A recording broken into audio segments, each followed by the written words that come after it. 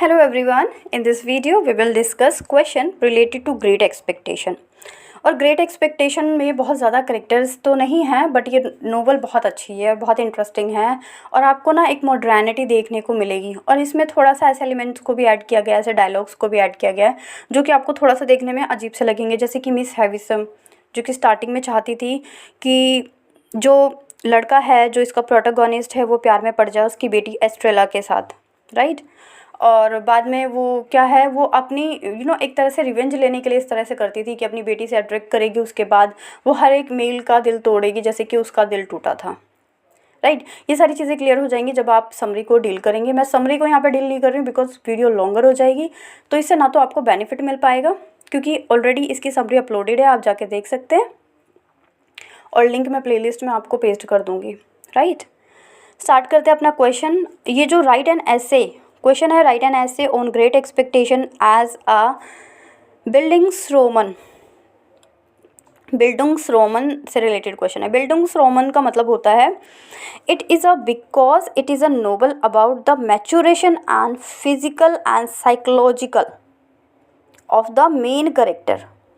कि जब किसी नोवेल में किसी करेक्टर का डेवलपमेंट होता है, इंटेलेक्चुअली भी और इमोशनली भी, साइकोलॉजिकली भी डेवलपमेंट होता है, मतलब कि फर्स्ट स्टेज से सेकंड स्टेज से थर्ड स्टेज से फोर्थ स्टेज, तो इसको बोलते हैं what, बिल्डिंग्सरोमन, right.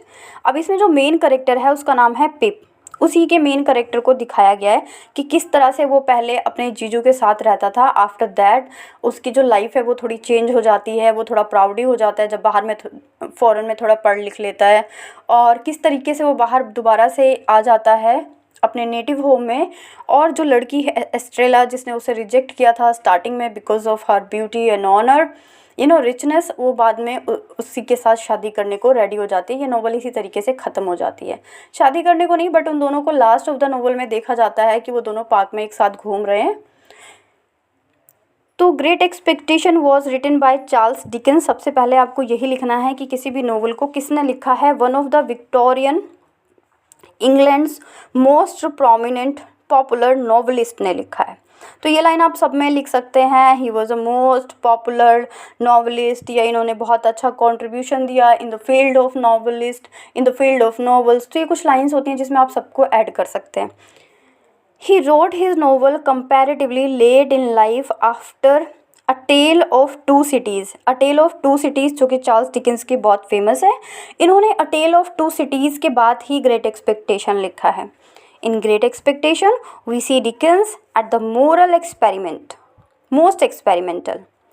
The novel was serialized, published in installment in a magazine.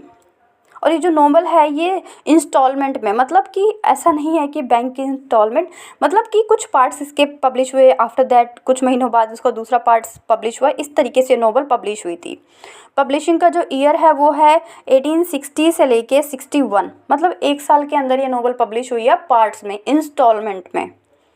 When the Victorian era was in the high and the rapid social changes were accompanied by anxiety. और ये novel तब लिखी गई जब सोशल चेंजेस हो रहे थे, जैसे कि इस नोवेल में भी दिखाया गया है कि क्लास की वजह से, सोसाइटी की वजह से जो पिप है और जो एस्ट्रेला जो कि इसकी आप मान सकते हैं जो लेडी लीड में है या जिनके बारे में बात होती है, जो पिप है वो फॉल इन लव होता है एस्ट्रेला के साथ, तो उनके बीच में जो क्लास डिफरेंस है वो बहुत ज़्यादा है। Dickens used his platform as a popular author to educate his audience about social issues। और ये इसमें सोशल इश्यूज़ को भी मेंशन किया गया है। और ये क्वेश्चंस देखिए आप किस किस तरह से आएंगे। Great expectations deals with social issues, great expectation deal with marriage issues. तो ये सारा आपको अगर समरी आती है, सोशल इश्यूज़ में क्या आ जाएंगे अभी हम साथ के साथ डिस्कस कर रहे हैं। In great expectation the top of education and panel reform in a large. इसमें एजुकेशन को भी दिखाया गया है। एजुकेशन में कहाँ दिखाया गया है, जब इसको पढ़ने के लिए एक जो सीक्रेट इंसान होता है उसको पैसे भेजता है, सीक्रेट करेक्टर हमारे इसको पैसे भेजता है ताकि ये पढ़ाई कर सके। तो वहाँ पे क्या दिखाई गई है, वैल्यू ऑफ एजुकेशन दिखाई गई है।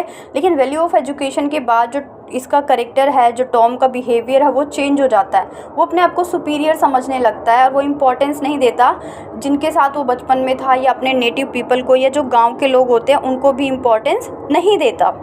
और इसी के अंदर अगर हम सोशल इश्यूज़ की बात करें तो सोशल इश्यूज़ तो आपको सीधे सीधे सामने से समझ आएंगे जब आपने नोवेल कंप्लीट कर लिए, कि जो क्लास डिफरेंस है वही क्या है, सोशल इशू क्या है, जो मैरिज है उसको लेकर है, कि जो अपर क्लास है वो अपर क्लास से शादी करना चाहता है, लोअर क्लास से करना में इंटरेस्टेड होता है।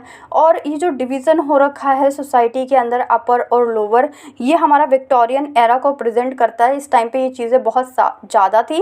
That's why Dickens have quoted this lines and quoted the novel great expectation. इसके अंदर the woman in white published in previous year. Great expectation deals with the restricted marriage laws of the time, कि marriage के क्या laws थे इनसे भी deal करती है। Central to Dickens novel is narrated by the protagonist Pip. उसका नाम पिरिप होता है, बट वो जो बचपन में इस नाम को ठीक से बोल नहीं पाता, दैट्स वाई वो सिर्फ क्या बोलता है, पिप, और इसका ये मेन करेक्टर है।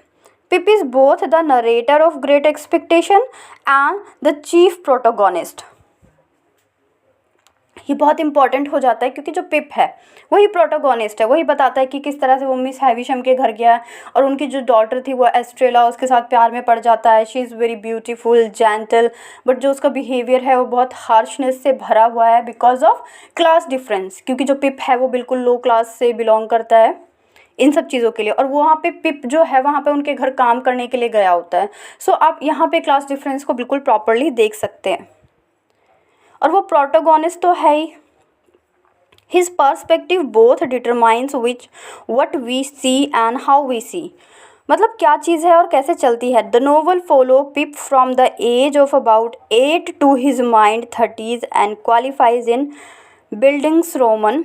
अब यहाँ पे जो स्टार्टिंग होती है नोवेल की वो पिप के 8 साल से शुरुआत होती है और उसकी लास्ट स्टेज तक दिखाया जाता है, एडल्टहुड तक दिखाया जाता है। लास्ट में नोवेल कैसे ख़त्म होती है कि वो वापस आता है और एस्ट्रेला जो जिसने शादी की होती है लेकिन उसका हस्बैंड एक्सपायर हो जाता है, और बाद में इन दोनों को एक साथ पार्क में एक दूसरे के हाथों में हाथ डाले देखा जाता है। तो इसीलिए इसे बिल्डिंग्स रोमन बोला गया है, क्योंकि इसमें जो करेक्टर है, जो पिप है, जो इसका प्रोटोगोनिस्ट है, या फिर सिर्फ पिप ही नहीं, एस्ट्रेला का भी इंटेलेक्चुअल और जो इमोशनल एक साइकोलॉजिकल जो स्टेज होती है मैच्योरेशन की, उसको दिखाया गया है बचपन से लेके हायर और हायर जो उसकी एज है वहाँ तक।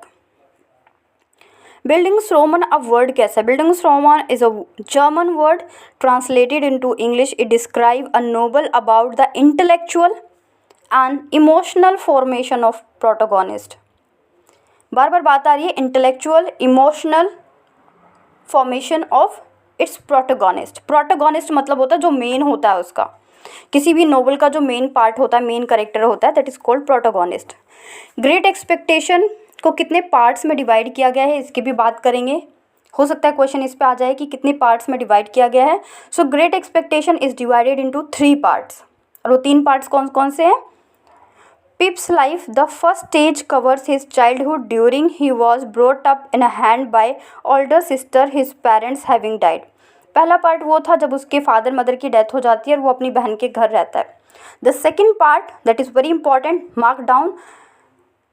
Second part cover his apprenticeship in London from his mid-teens to his comeage of age. At time he comes into the mysterious inheritance of which such a great expectations. और जो इसका third part है वो start होता है Pips finally getting a better grip on who is who he wants to be. From his mid-20s to his mid-30s, it was cover how great expectations are not fulfilled. जो last में देखता है, एक face वो जब वो बच्चा होता है, जब उसके फादर मिल जाते हैं। सेकंड फेस वो जब वो एक अप्रेंटिस होता है, अपने काम सीखता है। और जो थर्ड स्टेज है वो है जब वो अपनी ग्रेट एक्सपेक्टेशन को फुलफ़िल करने में क्या हो जाता है, फेल हो जाता है। और इसकी एक्सपेक्टेशन क्या होती है? पढ़ना, एक अच्छी जॉब पाना, एक अच्छा स्टेटस पाना, और एस्ट्रेला जो कि उसकी लवर है उससे शादी करना। लेकिन वो फुलफ़िल नहीं होती क्योंकि जो एस्ट्रेला की शादी है वो मिस हैविसम किसी दूसरे रिच पर्सन से तय कर देती है। और मिस हैविसम का तो मोटिव ही यही था कि वो क्या करें, जो लोग हैं उनका सिर्फ दिल तोड़ें with the help of her daughter. और ये जो डॉटर थी वो उनकी अडॉप्टेड थी क्योंकि जो उनके हस्बैंड थे मिस हैविसम के, वो उन्हें शादी वाले दिन ही छोड़ के चले गए थे। At lastly, we can say that Great Expectation is categorized as a Bildungsroman. Dickens modified the novel's tone to the dramatic effect. At various point throughout the narrative, different genre. अब different genre क्या होगा? Different genre मतलब जो उसका style होता है। कभी कभी इसमें लव अफेयर को दिखाया गया है, कभी कभी इसमें पिटीनेस को दिखाया गया है, राइट। पिप की जो दयनीय स्थिति है उसको दिखाया गया है, कभी कभी जो क्लास डिफरेंस है उसको प्रेजेंट किया गया है, मैरिज सिस्टम को प्रेजेंट किया गया है। तो इन सारी चीज़ों को प्रेजेंट करने के लिए जो राइटिंग स्टाइल का यूज़ किया गया है, जो सिलेक्शन ऑफ वर्ड्स का यूज़ किया गया है, जो एक कह सकते हैं हम डिफरेंट टेक्निक्स का यूज़ किया गया है, that is called narrative technique. जो एक राइटर अपनी बातों को प्रेजेंट करने के लिए अलग अलग व्यूज़ को यूज़ करता है। Pip's childhood is written realistically, while elements of the Gothic reflect in his own fright. An element of satire reflect his innocence perception. Later in the novel, the tone becomes darker as Pip sees more of the world and in its injustice. तो इसमें last में जो इसके words use किए गए हैं, जो sentence use किए गए हैं, वो डार्कर की तरह यूज़ किए गए हैं, अंधेरे की तरह यूज़ किए गए हैं। क्यों? जब वो लास्ट में देखता है सारी सिचुएशन को, सारे वर्ल्ड को इस तरीके से। तो देखिए, अगर ये क्वेश्चन आता है क्लास को लेकर ग्रेट एक्सपेक्टेशन से, तो आप ये सारी चीज़ें डिस्कस कीजिए। क्लास से रिलेटेड आता है या मैरिज सिस्टम से रिलेटेड आता है, तो आप क्या करेंगे? मिस हैविसम और पिप और जो एस्ट्रेला है, इन तीनों का आपस में इलेबोरेट करेंगे कि स्टार्टिंग में जो पिप है वो जॉब के लिए मिस हैविसम के घर गया और मिस हैविसम ने एक बदला लेने के लिए, रिवेंज लेने के लिए क्या किया, उसको मना नहीं करती थी पिप को जब वो कदम बढ़ाता था एस्ट्रेला के टूवर्ड्स। आफ्टर दैट जब पिप प्रॉपर तरीके से एस्ट्रेला के साथ प्यार में पड़ जाता है तो उसको कोई सीक्रेट सीक्रेट करेक्टर उसको मनी पास करता है कि वो पढ़ लिख के एक अमीर आदमी बने। तो पिप के दिमाग में आता है कि वो जो सीक्रेट मैसेंजर है, ये जो सीक्रेट हेल्पर है, वो मिस हैविसम है क्योंकि वो चाहती हैं कि मैं एस्ट्रेला के साथ शादी करूँ, उसके लायक बनूँ। बट लास्ट में आप देखते हैं कि किस तरीके से उसकी शादी, एस्ट्रेला की शादी मिस हैविसम किसी दूसरे से करवा देती हैं बिकॉज ऑफ मनी एंड पैसा एंड पावर। तो यहाँ पर क्या शो किया गया है? मैरिज सिस्टम को शो किया गया है, क्लास डिफरेंस को शो किया गया है। ये चीज़ें आप मेंशन करेंगे। और अगर ये क्वेश्चन एग्जैक्ट आता है that write an essay on great expectation as a bildungsroman, तो ये आंसर तो परफेक्ट है ही है। इसी क्वेश्चन को आप तब भी लिख सकते हैं जब क्वेश्चन आए कि जो ग्रेट एक्सपेक्टेशन है वो 3 पार्ट्स में डिवाइड है। तो 3 पार्ट क्या होंगे? यही होंगे, पिप जब चाइल्डहुड में था, उसके बाद जब उसने काम स्टार्ट किया, आफ्टर दैट जो पिप की एक्सपेक्टेशन है वो फेल हो जाती हैं। और ये समरी में आपने बहुत प्रॉपर तरीके से किया होगा। आफ्टर दैट कोई और क्वेश्चन आ जाता है और आपको कुछ नहीं समझ में आता है, तो आप क्या लिखेंगे? Go to your summary. First paragraph इसका सेम लिखिए। किसको? चार्ल्स डिकेंस ने लिखा है। वो विक्टोरियन राइटर थे, वो बहुत अच्छी नॉवेल्स लिखते थे। इनकी एक फेमस वर्क है जिसका नाम है ग्रेट एक्सपेक्टेशन। और ग्रेट एक्सपेक्टेशन जो है वो किससे रिलेटेड है? उसका मेन प्रोटोगोनिस्ट है पिप, और किस तरह से उसकी जो एक्सपेक्टेशन है वो फुलफिल नहीं होती। After that come to your summary and elaborate everything whatever you have learned from the novel। हाँ, करेक्टर्स को लिखना बिल्कुल ना भूलें, क्योंकि अगर आप नोवेल के करेक्टर को लिख देते आप कहेंगे कि मैडम करेक्टर तो पूछा ही नहीं है। करेक्टर पूछा हो या ना पूछा हो, इंट्रोड्यूस करो आप अपने आंसर को नोवेलिस्ट की हेल्प से। उसके बारे में 2-4 अच्छी लाइनें लिखो। ये मुझे बताने की ज़रूरत नहीं है, आप सब इंटेलिजेंट है। 2-4 अच्छी लाइनें लिखो कि ये नोवेल किस तरह से आई, इसमें क्या बताया गया, बिल्कुल शॉर्ट में 4-5 लाइनें। उसके बाद जो आपकी शीट्स बची है वहाँ पे एक फ्लो चार्ट बना दो। किसके लिए? करेक्टर्स के लिए। अगर आप फ्लो चार्ट नहीं बनाना आ रहा है तो आप सिंपली करेक्टर्स लिख डालो वहाँ पे कितने करेक्टर्स हैं। और उसके बाद क्वेश्चन आपको टू द पॉइंट आता है तो टू द पॉइंट लिख दो, नहीं आ रहा टू द पॉइंट तो go to your brahmastra, that is your summary. पूरी स्टोरी लिख डालो। अगेन कि कितने पेजेस में लिखना है मैं हर एक वीडियो में एलैबोरेट करती हूँ आपको पेजेस। आप अपने क्वेश्चंस को पेजेस में डिवाइड कर लो। 25 पेजेस की सीट है, 5 क्वेश्चन करने हैं तो मतलब एक आंसर 5 पेजेस में होगा। 25 से भी कम है, 20 पेजेस की सीटें हैं तो मतलब क्या है, एक आंसर आपका 4 पेजेस में होगा। अच्छे नंबर चाहिए, क्वांटिटी और क्वालिटी दोनों दो। 100% मैं श्योरिटी के साथ बोल सकती हूँ आप 60% क्रॉस करेंगे। और कुछ स्टूडेंट ऐसे भी होंगे जो 70-80 तक भी जाएंगे। ओके, मिलते हैं नेक्स्ट वीडियो में।